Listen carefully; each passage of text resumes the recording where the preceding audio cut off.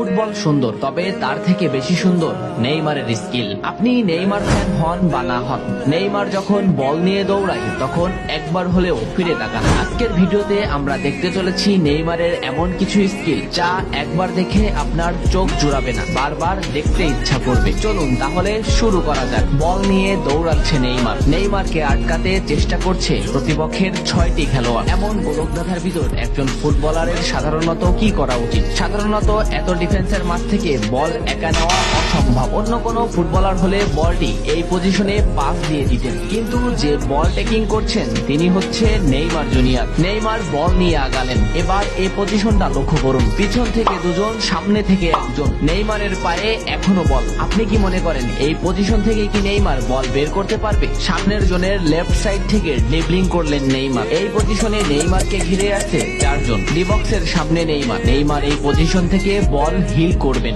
এবং বল অ্যাকুরেট ভাবেই এমবাপের কাছে পৌঁছাবে। এমন স্কিল শুধু চোখেরই শান্তি না, মনেরও শান্তি। নেইমারের এই স্কিলটা লক্ষ্য করুন। মাঝমাঠে নেইমারের পায়ে বল। নেইমারের বল অফেন্সের জন্য আছে প্রতিপক্ষের একটি খেলোয়াড়। নেইমার তাকে হোল্ড করে সেকেন্ডের ভিতর তাকে বল পজিশন থেকে বের করে দিল। এমন স্কিল দেখে ডিফেন্ডারও অবাক হয়ে বল পজিশন ছেড়ে দিল। বলের এই পজিশনটা লক্ষ্য করুন। এই পজিশন থেকে নেইমার ইচ্ছা করলে একে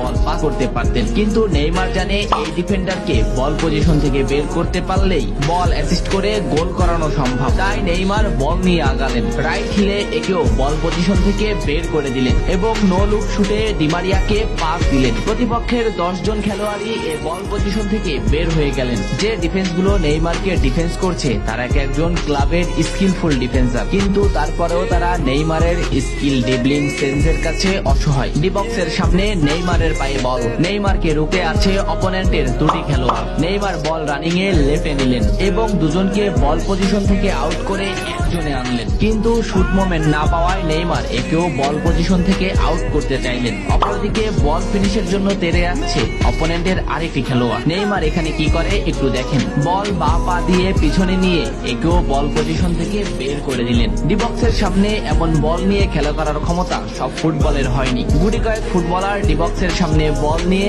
এমন খেলা করেন, তার মধ্যে নেইমার অন্যতম। নেইমারের এই বল পজিশনটা লক্ষ্য করুন। ডিবক্সের বাইরে নেইমারের পায়ে বল। নেইমারকে আটকাতে আছে অফেন্সের 3টি খেলোয়াড়। এই পজিশনটা লক্ষ্য করুন। রাইট সাইডে 0 ফুটবলার থাকার পরেও নেইমার যেদিকে ফুটবলার আছে সেদিকেই বল মুভ করলেন। এরপর 3 জনকে একত্রিত করলেন, শর্ট মোমেন্টে গেলেন কিন্তু শর্ট করলেন না, বল হোল্ড করলেন। দেখুন এই পজিশন থেকেও এমবাপ্পেকে পাস দেওয়া যায়, কিন্তু এমবাপ্পের কাছ থেকে বল পজিশন হারিয়ে যেতে পারে এই খেলোয়াড়ের